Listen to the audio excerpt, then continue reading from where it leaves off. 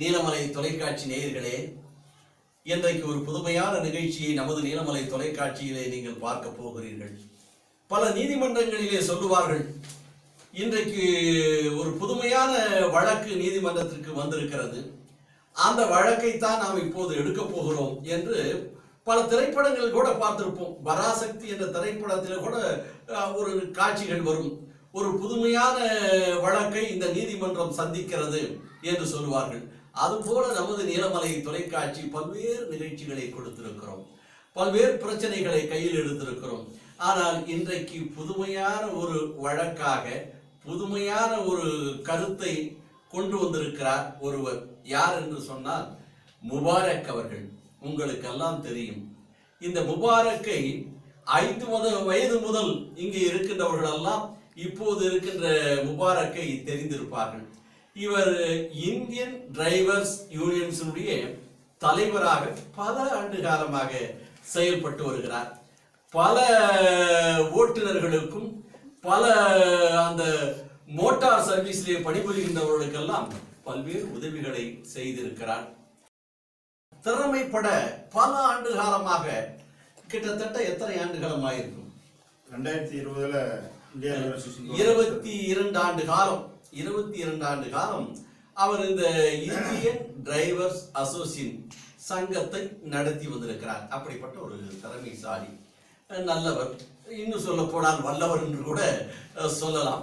அப்படிப்பட்ட முபாரக் இன்றைக்கு ஒரு புதுமையான ஒரு வழக்கை நம்மிடம் எடுத்து வந்திருக்கிறார். அதற்கு என்னை அறிமுகப்படுத்தி இந்த நிகழ்ச்சியை நீங்கள் நீலமலை தொலைக்காட்சியிலே ஒளிபரப்பு செய்ய வேண்டும் இவருக்காக நீங்கள் என்று பரிந்துரை வந்திருக்கிறார் எனது அருமை நண்பன் எஸ்கே ராஜ் என்ற ராஜா அவர்கள் இன்றைக்கு வந்திருக்கிறார். இவரையும் உங்களுக்கு அறிமுகமாக தெரியும். தொகுதி நீலகிரி மக்கள் தொகுதி இயக்கம் என்று சொல்லி பல்வேறு போராட்டங்கள், பல்வேறு நிகழ்ச்சிகள், பல்வேறு மக்களுக்காக போராடி இருக்கக்கூடிய ஒரு தலைவராக இன்றைக்கு உயர்ந்திருக்கக்கூடிய எஸ்கே ராஜ் அவர்கள் காங்கிரஸிலே ஒரு தலைமை கழக பேச்சாளர் என்ற ஒரு முறையிலே நல்ல ஒரு பேச்சாளராகவும் இருந்து வருகிறார். அவர்தான் இவரை கொண்டு வந்து இந்த நிகழ்ச்சியை நீங்கள் செய்யுங்கள் என்று சொன்னார்கள். ஆக இருவர்களும் வந்திருக்கிறார்கள். இந்த வழக்கு எப்படி என்று சொன்னால், நம்முடைய முபாரக் அவர்களே இதை தொடங்கி வைக்கட்டும், பிறகு நாம் அதை பற்றி சொல்லுவோம். சொல்லுங்க முபாரக். எல்லாத்துக்கும் வணக்கம். நான் ஈசாவில் மனைவியோட பேரில் ஒரு 50,000 ரூபாய் கடன் வாங்கியிருக்கிறேன். 2020 வாங்கின கடன் இன்னும் அடைக்க முடியாமல் இருக்குது. எனக்கு இந்த உடம்பு சரியான காரணத்தில் அடைக்க முடியாமல் இருக்குது. அதே போல் ஸ்ரீராம் ஃபைனான்ஸ்லேயும் 50,000 வாங்கியிருக்கேன். அது 80,000 ரூபாய் இருக்குது வண்டியோட சேர்ந்து. ஈசாவில் 1,00,000 இருக்குது. ஆனால் அதை கட்டுறதுக்காக ஐயா பாரத பிரதமர், இந்த மக்கள் மேல இருக்கக்கூடிய மிகவும் பாசமும் நேசமும் இருக்கு பாரத பிரதமர் அவர்கள் என்னுடைய கடனும் வாரா கடனை தள்ளுபடி செய்யறதுக்காக தான் கேட்டிருக்க இந்த கடிதம். இந்த கடிதம் அனுப்ப போறேன் அவருக்கு. அந்த கடிதம் மூலமா எனக்கு கண்டிப்பா, எனக்கு மட்டுமல்ல, இந்த நாட்டு மக்கள் யாராக இருந்தாலுமே அவங்க கடன் தள்ளுபடிக்காக இந்த மனுக்களை அவங்களுக்கு சம்பந்தப்பட்டவங்களுக்கு அனுப்புனாக்கா வாரா கடன் தள்ளுபடி பண்ற வாய்ப்பு வருவதற்காக தான் இந்த மனுவை கொண்டு வந்து நமது நீலமலை தொலைக்காட்சியில் எடுத்து இது நான் இந்திய நாட்டினுடைய பாரத பிரதமராக இருக்கக்கூடிய பிரதமர் அவர்களுக்கு அனுப்பி வைக்கிறேன். அவரோடு சேர்ந்து தமிழகத்தினுடைய முதல்வருக்கும் அனுப்பி வைக்கின்றேன். இந்து ரிசர்வ் வங்கியினுடைய மேலாளர்களுக்கெல்லாம் நான் அனுப்பி வைக்கிறேன் என்று ஒரு 10-15 கடிதங்களை இங்கே எடுத்து வந்திருக்கிறார். ராஜா அவர்களே, இப்போ நம்ம கடன் இவருக்காக வாங்கியிருக்கிறார். இந்த கடனை இவர் ஒரு தொழிற்சங்கத்தை வைத்து நடத்தி கொண்டிருக்கிறார்.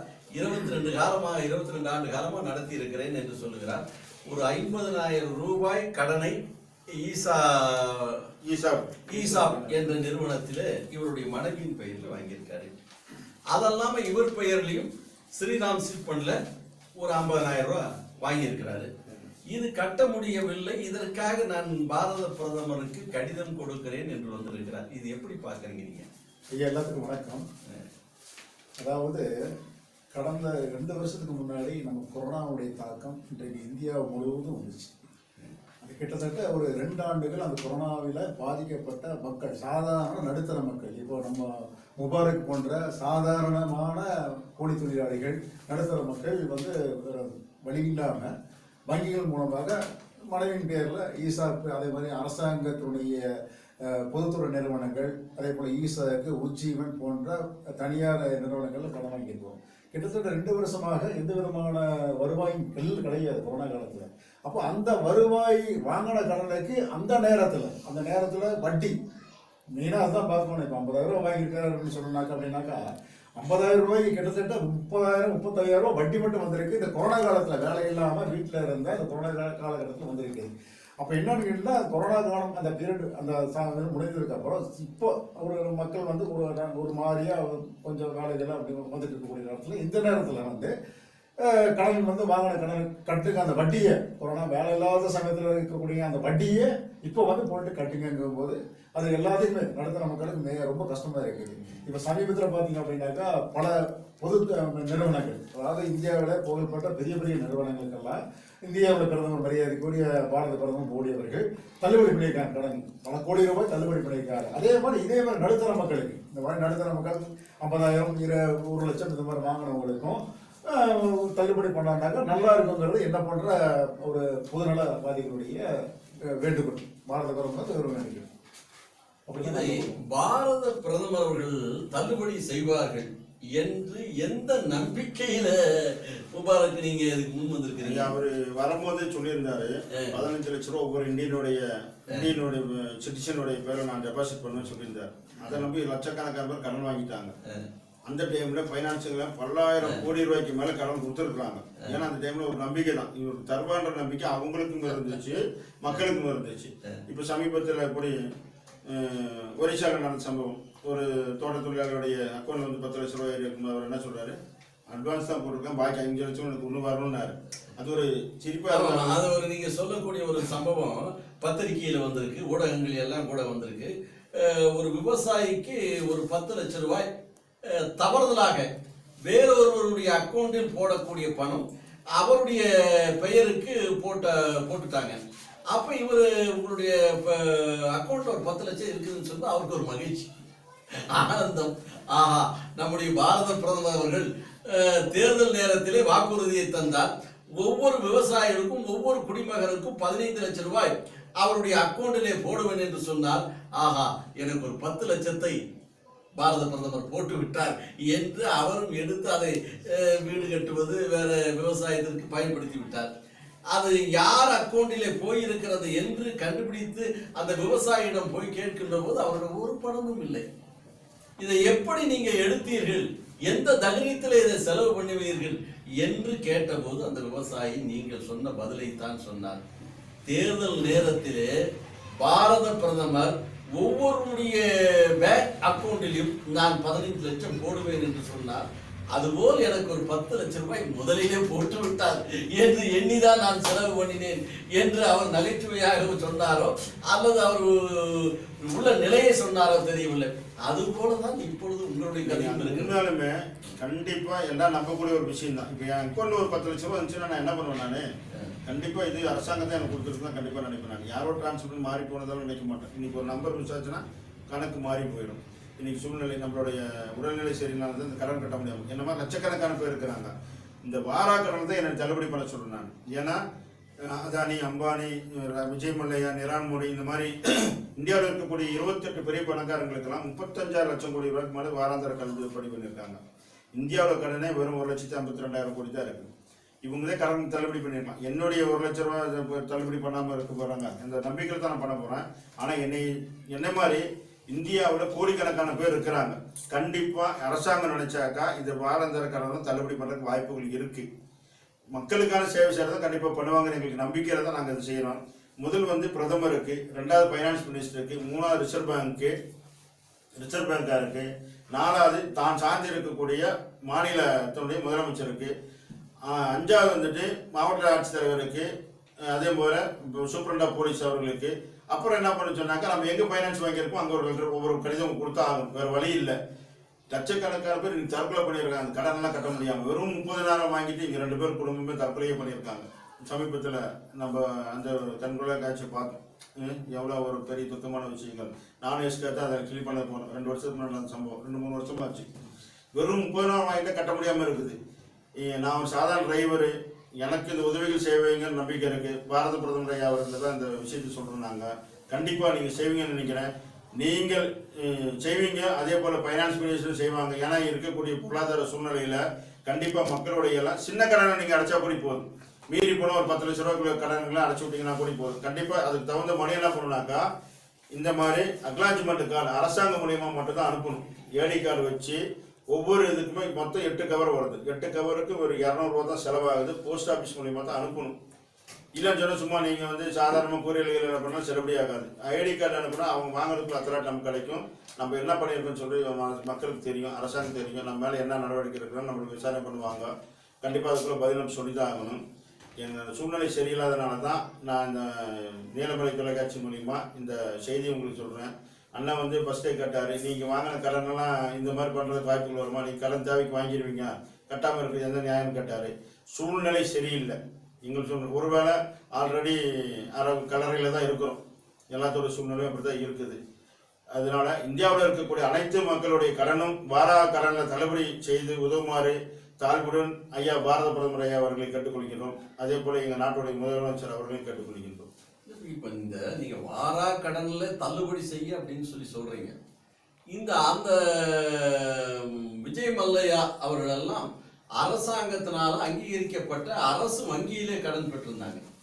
அதனால அவங்களது தள்ளுபடி என்பது இன்னும் அதிகாரப்பூர்வமாக இல்லை.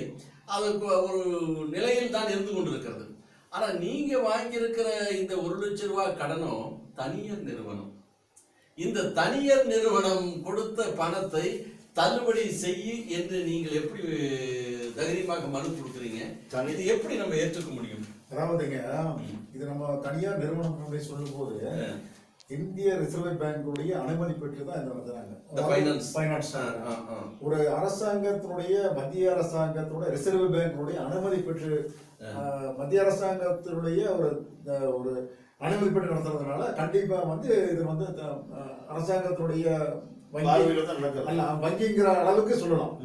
முழுமையா சொல்ல முடியலனாலும் சொல்லலாம், வங்கிங்கிற மாதிரி சொல்லலாம். அப்ப அந்த நேரத்தில் என்ன இல்லைனாக்கா, நம்ம தள்ளுபடி பண்றதுக்கு மாண்புமிகு ஃபைனான்ஸ் மினிஸ்டரும் வாங்கின கடன் இத்தனை லட்சம் ரூபாய் இத்தனை மக்களுக்குங்கிற மாதிரி தள்ளுபடி பண்ணா பண்றதுக்குள்ள வாய்ப்பு இருக்குது. நினைச்சாக்கா மத்திய அரசாங்கம் மாண்புமிகு பாரத பிரதமர் நினைக்கணும். நிறைய தள்ளுபடி பண்றாங்க, விவசாய கடன் தள்ளுபடி பண்ற மாதிரி இதே மாதிரி வாங்கினவங்க 1 லட்சத்துக்கு கீழே வாங்கினவங்களுக்கு இப்ப சமீபத்தில் பாத்தீங்க அப்படின்னாக்கா மாநில அரசாங்கம் நகை கடன் தள்ளுபடி பண்ணாங்க. ஆமா, அப்ப அது வந்து கொஞ்சம் வெரிஃபிகேஷன் பண்ணாங்க, அதை பரிசீலனை பண்ணாங்க. அதே போல வந்து மக்களுக்கு, ஏன்னா வந்து பெரும்பாலான மக்கள் இந்த கொரோனா காலத்துல பாதிக்கப்பட்ட கடன் தான் இதெல்லாம்.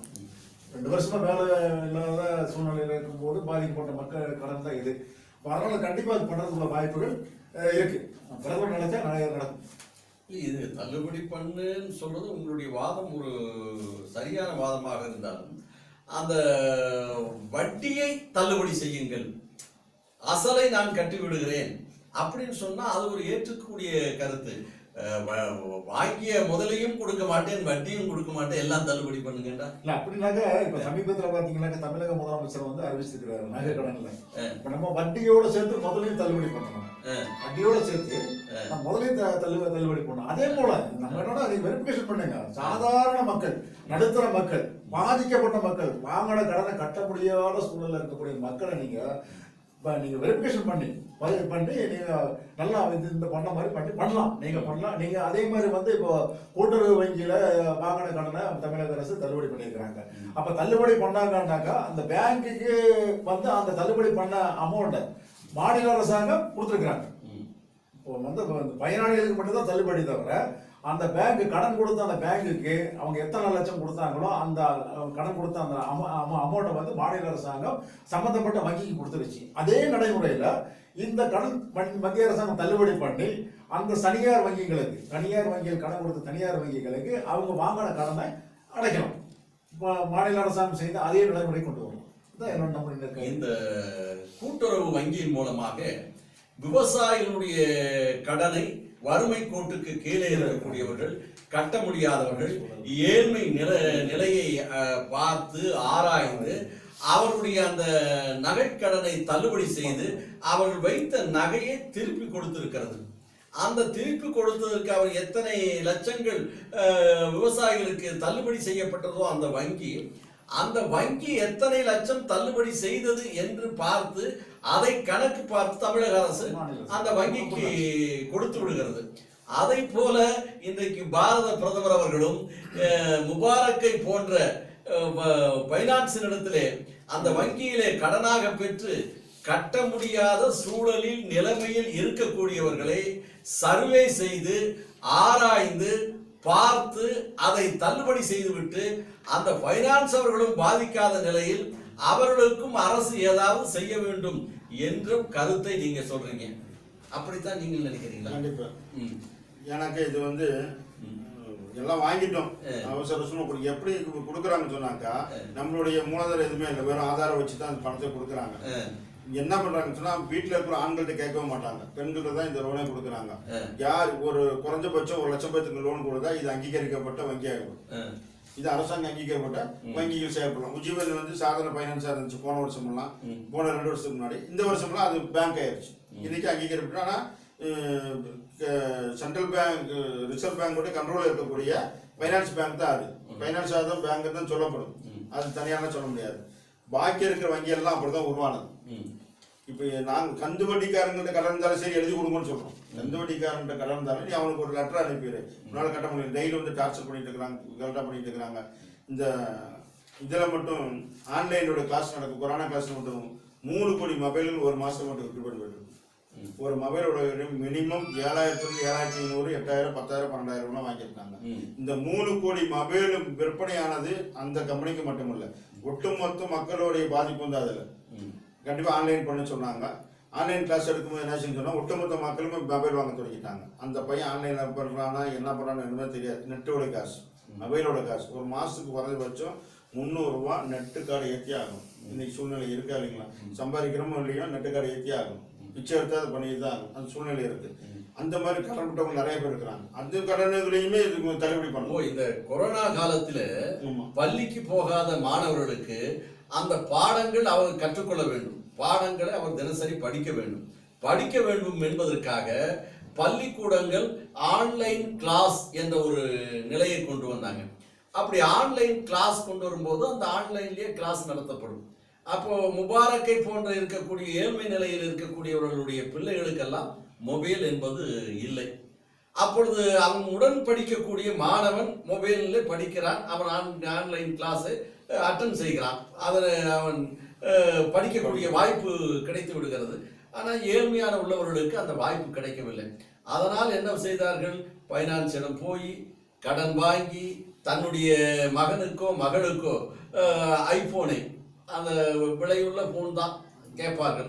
அந்த 7,500 7,000 10,000 15,000 20,000 25,000 என்று கூட வாங்கி கொடுத்திருக்கிறத நான் பார்த்திருக்கிறேன். அப்படிப்பட்ட ஒரு நிலையும் இருந்தது. இதற்கு கொரோனா ஒரு காரணம், கல்வித்துறை ஒரு காரணம். அப்படி என்று ஒரு நிலைப்பாடு இருக்கிறதுனால அவர்களையும் பாருங்கள், என்னையும் பாருங்கள், என்னுடைய கடனையும் தள்ளுபடி செய்வதற்கு உதவி செய்யுங்கள். இதில் சுயநலம் இருந்தாலும் இந்த சுயநலத்தோடு நான் ஒரு பொது நல கருதி இதை செய்கிறேன் அப்படிங்கிற மாதிரி சொல்றீங்க. கண்டிப்பா. ஏன்னா இது கடித மூலியமா தான் கொடுக்கணும். யாராருக்கு பாதிப்பு இருக்குதோ, யாராருக்கு கடன் கட்ட முடியலையோ அவங்க அத்தனை பேருமே இந்த தபால் மூலியமா தான் பேசணும். சும்மா வாயில சொல்லிட்டு அப்படியெல்லாம் இல்லை, தபால் மூலியமா பேசணும். ஒரு கவருடைய சார்ஜ் வந்து 25 ரூபா. இந்த ஏடி கார்டு வச்சு நம்ம ஒரு போஸ்டர் பண்றதா இருந்துச்சுன்னா கண்டிப்பா போஸ்டர் பண்ணும்போது 25 ரூபா ஆகுது. எத்தனையோ கடன் பட்டுட்டோம், இந்த 200 ரூபாய் சேர்த்து கடன் போடுவோம். பாரத பிரதமர் கண்டிப்பா எங்களுடைய கோரிக்கையில் ஏற்றுக்குவார், நம்பிக்கையில தான் நாங்க செய்யறோம். அதனால ஏற்றுக்குவார், நம்பிக்கையில தான் நம்ம செஞ்சுட்டு இருக்கிறோம். கண்டிப்பா ஏற்றுக்குவார். ஏன்னா வரக்கூடிய எலெக்ஷன்கள் இருக்குது. கண்டிப்பா அதனாலேயாவது இந்த வார கடன் எல்லாத்துடைய கடன் தள்ளுபடி செஞ்சாங்கன்னாக்கா பெரிய ஒரு வாய்ப்புகள் இருக்கு. பாரத பிரதமர் இதை தள்ளுபடி செய்வார் என்ற ஒரு நம்பிக்கை எப்படி உங்களுக்கு உள்ளத்திலே தோன்றுது? அவரோடு அல்லது அவர் இயக்கத்தோடு உங்களுக்கு ஏதேனும் தொடர்புகள் உண்டா? அவர் செய்யற விஷயமெல்லாம் நல்ல விஷயம் தான் செஞ்சுட்டு இருக்கிறாரு. எத்தனையோ நல்ல விஷயங்கள் செஞ்சிருக்காங்க. ஆனா ஒரு சில விஷயங்கள் வந்து மக்கள் ஏத்துக்காம இருக்கிறாங்க. என்னைய பொறுத்தவரை என்ன சொல்றேன்னு சொன்னாக்கா, அவருக்கு வந்துட்டு சரியான ஆலோசகர் இல்லை, உண்மையாலுமே வழி நடத்தக்கூடியவங்க இல்லை. ஏன்னாக்கா இந்த வாராக்கடன் 35 லட்சம் கோடி எல்லாம் தள்ளுபடி பண்ணியிருக்காங்கன்னு சொன்னாக்கா கண்டிப்பா ஏழை மக்களோட இது தள்ளுபடி பண்ற வாய்ப்புகள் வரும். ஒருவேளை ஆலோசனை சரியான ஆலோசகர் இருந்தால் ஒட்டுமொத்த மக்களையும் அவரோட கைவசம் படுத்துறதுக்காக இந்த ஒரு உதவிகள் செஞ்சாங்கனாக்க ஒட்டுமொத்த மக்களும் அவருக்கு நன்றி கடன் பட்டவங்களா இருப்பாங்க. ஒரு 2000 சம்பாதிக்கிறது பெரிய கஷ்டம். இந்த மாசம் ஒரு மாசத்துல ஒரு 7500 மொபைல் கடன் தள்ளுபடி பண்றாரு, 1.5 லட்சம் ரூபாய் என்னுடைய கடன் தள்ளுபடி பண்றாரு. இந்த மாதிரி 10 லட்சம் ரூபாய்க்குள்ள எல்லா கடனும் தள்ளுபடி பண்ணான்னு சொன்னாக்கா கண்டிப்பா நம்ம அவர் என்ன ஏற்றுப்போம், நம்ம சிறந்த தலைவர் நம்ம ஏற்றுப்போம். நன்றி காட்டுறோம்னு சொல்லி யார் உதவி செய்யறாங்க அவங்களுக்கு நன்றி கடன் பட்டு தான் இருக்கும். என்னோட கடன் நீங்க கட்டினா நான் உங்களுக்கு கடன் பட்டவனா தான் இருப்பேன் நான். அது போல பாரத பிரதமர் இங்க இருக்க 130 கோடி பேர் இருக்கிறோம், குறைஞ்சபட்சம் 100 கோடி பேர் கடன் தான் இருப்பாங்க. 100 கோடி கடன் எல்லாம் ஈஸியா அவங்க தள்ளுபடி பண்ணலாம், பண்றதுக்கு வாய்ப்புகள் இருக்கு. இறைவன் அருள் பண்ணுவாங்கன்னு நம்பிக்கையில நம்ம இந்த முயற்சி பண்ணி இருக்கோம். இதை நீங்க எப்படி பார்க்குறீங்க? இப்போ ஐயா சொன்ன மாதிரி பெரிய பெரிய முதலாளிகள், பெரிய தொழிலதிபர், இந்தியாவையே விலைக்கு வாங்கக்கூடிய நிலையில் இருக்கக்கூடிய தொழில் அதிபர்களுடைய வங்கி கடன் கிட்டத்தட்ட 78 பெரிய தொழிலதிபர்களுடைய பல லட்ச கோடி ரூபாய் வந்து தள்ளுபடி பண்ணியிருக்காங்க. இப்போ அவர் சொன்ன மாதிரி சாதாரண மக்கள் கிட்டத்தட்ட இந்த 1 லட்சம் 2 லட்சம் ரூபாய் வாங்கி கட்ட முடியாத சூழ்நிலை அவங்களுக்கு. இந்த கொரோனா காலத்துல நம்ம எல்லாமே பாதிச்சிட்டோம். இன்னைக்கு அரசாங்கமே அந்த கொரோனால பாதிச்சிருக்கு. மத்திய அரசாங்கம் சரி மாநில பாதிப்பு இருக்கு. இப்போ அந்த மாதிரி சூழ்நிலை வாங்கின கடன் கண்டிப்பாக தள்ளுபடி, இந்த சாதாரண மக்களுடைய கடன் தள்ளுபடி செய்வதற்கு கண்டிப்பா வாய்ப்பு இருக்கு. பண்ணுவாரு அப்படிங்கிற மாதிரி பண்றதுக்குள்ள வாய்ப்பு இருக்குது. நினைச்சா செய்யலாம். ஆனால் எத்தனையோ கடன் தள்ளுபடி பண்ணும்போது இதுவும் பண்றதுக்குள்ள வாய்ப்பு இருக்குது. அது பண்ணுவாருன்னு நினைக்கிறோம். அது வந்து இவர் வந்து ஒரு முன்னுதாரணமாக இந்த விஷயத்தை எடுத்துட்டு போறாரு. கிட்டத்தட்ட இந்தியா முழுவதும் தமிழ்நாட்டிலே எடுத்துக்கிட்டீங்க அப்படின்னாக்கா பல லட்சக்கணக்கான மக்கள், இன்றைக்கு 3 கோடி பேர் இருக்கிறாங்க. கிட்டத்தட்ட சொன்ன மாதிரி 1 லட்சம் கோடி பேர், 1 கோடி பேர் இந்த கடன்ல சிக்கியிருக்காங்க. சாதாரணமா 2 லட்சம் 1 லட்சம் இந்த சின்ன நடுத்தர மக்கள் சொல்றாங்க. 1 கோடி பேர் மக்கள் வந்து இந்த கடன் சிக்கியிருக்கிறாங்க. அவங்களுக்கு வந்து ஒரு ரிலீவ் ஆகும் இல்லைங்களா? இப்போ நம்ம மாநில அரசாங்கம் இப்போ சமீபத்தில் இந்த நகை கடன் தள்ளுபடி பண்ணும்போது பல பேர் அதனால பயனடைஞ்சாங்க. நம்ம மக்கள்லாம் தெரிஞ்சு நிறைய பேர் பயனடைஞ்சாங்க. 100 பேருக்கு கிட்டத்தட்ட ஒரு 25% மக்கள் வந்து இதனால பயனடைஞ்சாங்க. அதே மாதிரி இதில் வந்து பண்ணாங்க அப்படின்னா கிட்டத்தட்ட இந்தியாவில் கிட்டத்தட்ட இன்னைக்கு ஒரு 130 கோடி மக்கள் இருக்கிறாங்க அப்படின்னாக்க கிட்டத்தட்ட இந்த பாதிப்பு வந்து 100 கோடி மக்களுக்கு கண்டிப்பாக இருக்கும். என்னுடைய கணிப்பில் சொல்றேன். அப்ப இருக்கும். அப்ப அவர்களெல்லாம் பாதிப்பு ஏற்பட்டால் அது வந்து ஒரு மைனஸ் ஆகலாம். மத்திய அரசாங்கத்திற்கு ஒரு மைனஸ் ஆகிறதுக்கு வாய்ப்பு இருக்குது. அதே மாதிரி வந்து பிளஸ் ஆகிறதுக்கு வாய்ப்பு இருக்குது. அதான் இப்போ அவர் சொன்ன மாதிரி அவர் ஒரு மதத்தை சேர்ந்தவராக இருந்தாலும் கூட ஒரு உணர்வோடு சொல்றாரு. அந்த உணர்வே பிரதிபலிக்கணும். அரசாங்கம், மத்திய அரசாங்கம் பிரதிபலிக்குங்கிற நம்பிக்கை இருக்குது. பார்ப்போம். ஒரு புதுமையான ஒரு நிகழ்ச்சியாக இந்த நிகழ்ச்சியை நமது நீலமலை தொலைக்காட்சியில் முபாரக் அவர்களும் SK ராஜ் அவர்களும் சொன்னதின் அடிப்படையிலே நம்முடைய நீலமலை தொலைக்காட்சியும் இதை எடுத்து மக்களுக்காக ஒளிபரப்பு செய்திருக்கிறோம். இது பலரும் பார்க்கக்கூடிய வாய்ப்புகள் இருக்கிறது. இந்த வாய்ப்புகளின் மூலமாக இந்த கடனில் இன்றைக்கு அவதிப்பட்டு கொண்டிருக்கின்றவர்கள், கடன் சுமையால் வேதனைப்பட்டு கொண்டிருக்கின்றவர்கள், முபாரக் அவர்கள் சொன்னதை போல தற்கொலை விளிம்புக்கு கூட சென்றவர்கள் இன்றைக்கு ஏராளமாக இருந்து கொண்டிருக்கிறார்கள். அப்படிப்பட்டவர்கள் எல்லாம் முபாரக்கனுடைய இந்த டெக்னிக்கை, இந்த ஆலோசனையை நீங்களும் கடைபிடித்து பாருங்கள். முயற்சிப்போம், முயற்சி திருவினையாக்கும் என்று முன்னோர்கள் சொல்லி இருக்கிறார்கள். அதுவும் முபாரக் அவர்களுக்கு இந்த முயற்சி திருவினையாக்க வேண்டும். அவர் ஒரு புதுமையான ஒரு நிகழ்ச்சியை, இது எப்படித்தான் இந்த எண்ணம் எப்படி உங்களுக்கு தோன்றியது? இப்பொழுது வாராக்கடன் தள்ளுபடி சொல்லிட்டே இருக்கிறாங்க. இவ்வளவு பெரிய பணக்காரர்களுக்கு தள்ளுபடி பண்ணும்போது எனக்கே தள்ளுபடி பண்ண மாட்டாங்க. நான் நைட்ல உட்காந்து யோசனை பண்ணுவேன். இந்த நாட்டு மக்களுக்கு நம்ம ஒரு மெசேஜ் கொடுத்தே ஆகணும். என்ன பண்ணணும்? நானும் தப்பிக்கணும், என்னுடைய நாட்டு மக்கள் தப்பிக்கணும். அப்ப அதுக்கு யார் வழி? இதோடைய நாட்டு மக்கள் நடத்தக்கூடியவங்க பிரதமர் தான், வேற யாருமே இல்லை. அவர் கையில தான் இந்த நாடே இருக்குது. அப்ப அவர் ஒரு சிறந்த மனிதர் தானே. நம்ம ஒரு முயற்சி பண்ணி பார்ப்போம். எப்படியோ ஒரு முயற்சிக்கு ஒரு வெற்றி இருக்குது. ஒண்ணு இது நம்ம என்ன கேட்டிருக்கணும், இதுல என்ன கேட்டிருக்கணும் சொன்னாக்கா எனக்கு பதில் எழுத்து மூலியமா தான் தரணும் கேட்டிருக்கேன். அவர் அங்கிருந்து வாயில சொல்லி போட்டு எல்லாம் நடக்காது. மாவட்ட ஆட்சித்தலைவராக இருந்தாலும் சரி, நாம் நாட்டுடைய பிரதமராக இருந்தாலும் சரி, பைனான்ஸ் மினிஸ்டராக இருந்தாலும் சரி, ரிசர்வ் பேங்க் மேலாளராக இருந்தாலும் சரி, கவர்னராக இருந்தாலும் சரி, எங்கள் நாட்டுடைய முதலமைச்சர் வந்து எனக்கு எழுத்து மூலியம் தான் பதில் தரணும்னு சொல்லியிருந்தாங்க. ஏன்னா நான் தற்கொலை பண்ணுறது எனக்கு சாதகம் அல்ல. ஏன்னா நான் ஒரு இஸ்லாமியன்ற முறையில் எனக்கு தற்கொலை பண்ணுறதுக்கு எனக்கு அனுமதி கிடையாது. அதனால அதுக்கு போக மாட்டேன். நான் வாழணும்னு சொன்னால் நீங்கள் இதுக்கு பதில் சொல்லி தான் ஆகணும். அதுதான் நான் கேட்குறேன். நான் கண்டிப்பாக என்னை சார்ந்த எத்தனையோ டிரைவர்கள் இறந்துருக்குறாங்க. இன்றைக்கி வேணால் வண்டியோட டியூ கட்ட முடியாமல் எத்தனையோ டிரைவர்கள் போன 2 வாரத்துக்கு முன்னாடி சென்னையில் ஒருத்தன் தற்கொலை பண்ணியிருக்கலாம், வண்டியோட டியூ கட்ட முடியாமல் சொல்லிட்டு. வண்டி டியூ கட்டுறவங்க, ஹோட்டலில் வாங்கியிருக்காங்க, எங்கே பணம் வாங்கியிருந்தாலும் சரி, அவங்க என்ன பண்ண சொன்னாங்க, இந்த கடிதம் சம்மந்தப்பட்ட அதிகாரிகளுக்கு அனுப்பி பாருங்க, கண்டிப்பாக வெற்றி பெறுவோம். எனக்கு இதில் எந்த மாற்றமும் இல்லை. எத்தனையோ நிறைய முயற்சிகள் பண்ணி எத்தனையோ போராட்டங்களை வெளியே கொண்டு வந்து எத்தனையோ மக்களுக்கு நல்லா செஞ்சிருக்கக்கூடிய முதலாக இந்த பேட்டி வந்து எங்கள் ஊரில் இருக்கக்கூடிய நீலமலை தொலைக்காட்சியில் தான் வந்து நாங்கள் இதை வந்து கொடுத்துருக்குறோம்.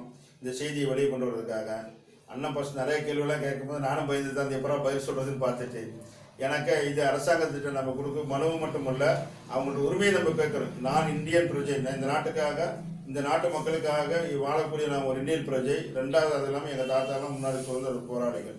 அந்த ஒரு உரிமை எனக்கு முழுமையாக இருக்குது. எனக்கு மட்டுமே இந்த நாட்டு மக்கள் அடுத்த திரும்ப இருக்குன்றதை நிரூபிக்கிறதுக்கு அந்த கடிதத்தை அனுப்பணும்னு உங்கள் வாயிலாக நான் கேட்டுக்கொள்கிறேன். இந்த முபாரக் அவருடைய முயற்சி திருமுனையாக்கட்டும்.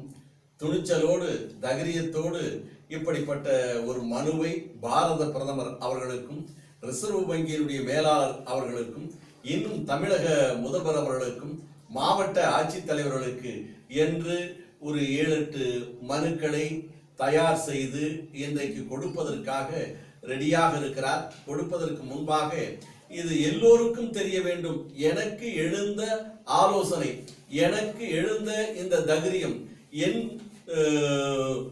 உதித்த எனது அறிவுக்கு எட்டிய இந்த ஆலோசனையை கடனால் அவதிப்பட்டு கொண்டிருக்கின்ற எல்லோரும் புரிந்து கொள்ளுங்கள் என்று சொல்லி இதை செய்திருக்கிறார். அவருக்கும் வெற்றி கிட்டட்டும். அந்த வெற்றியை நாமும் வாழ்த்துவோம். என்ன சொல்றீங்க ராஜா?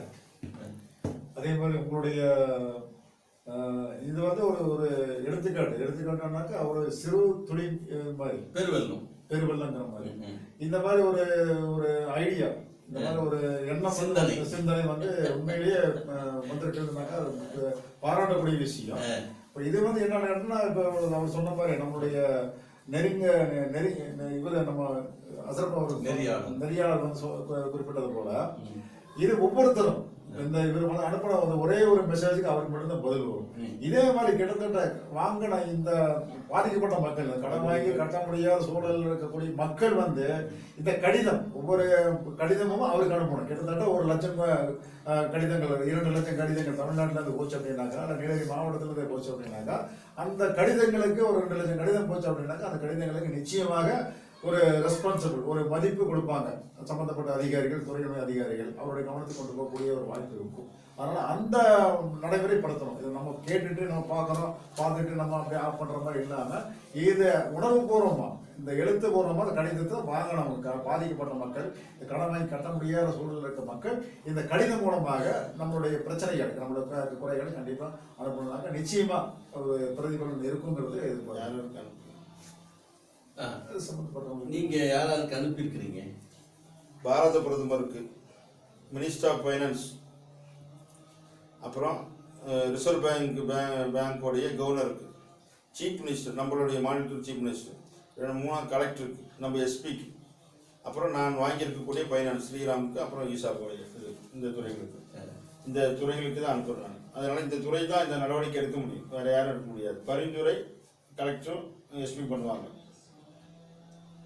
அருமையான ஒரு நிகழ்ச்சியாக, பாதிக்கப்பட்ட மக்களுக்கு குரல் கொடுக்கும் ஒரு நிகழ்ச்சியாக இன்றைக்கு நீலமலை தொலைக்காட்சியிலே நாம் ஒளிபரப்பு செய்திருக்கிறோம். இதை துணிச்சலோடு நமது நீலமலை தொலைக்காட்சியை நாடி வந்து இப்படிப்பட்ட ஒரு சிந்தனை என் உள்ளத்திலே தோன்றியிருக்கிறது, இதற்கு செயல் வடிவம் கொடுக்க வேண்டும் என்று வந்த முபாரக் அவர்களையும் பாராட்டி, அந்த முபாரக் அவர்கள் உள்ளத்திலே தோன்றிய இந்த சிந்தனை ஒரு அருமையான சிந்தனை. இதை நீங்கள் உங்களது நீலமலை தொலைக்காட்சியிலே எடுத்து ஒளிபரப்பு செய்யுங்கள். இதுபோல கடன் பட்டு, துன்பப்பட்டு, துயரப்பட்டு, வேதனைப்பட்டு இருக்கக்கூடிய கடனாளிகளுக்கு இதெல்லாம் ஒரு விடிவு காலமாக அமையட்டும். அரசும் இதை கவனத்திலே எடுத்து இப்படிப்பட்ட மக்களை காப்பாற்றுகின்ற ஒரு விழிப்புணர்வும் ஏற்படுத்தும் என்று எஸ்.கே. ராஜ் அவர்களும் வந்திருக்கிறார்கள். அவர்களையும் வாழ்த்தி இந்த நிகழ்ச்சியை இத்தோடு நிறைவு செய்கிறோம். நன்றி, வணக்கம்.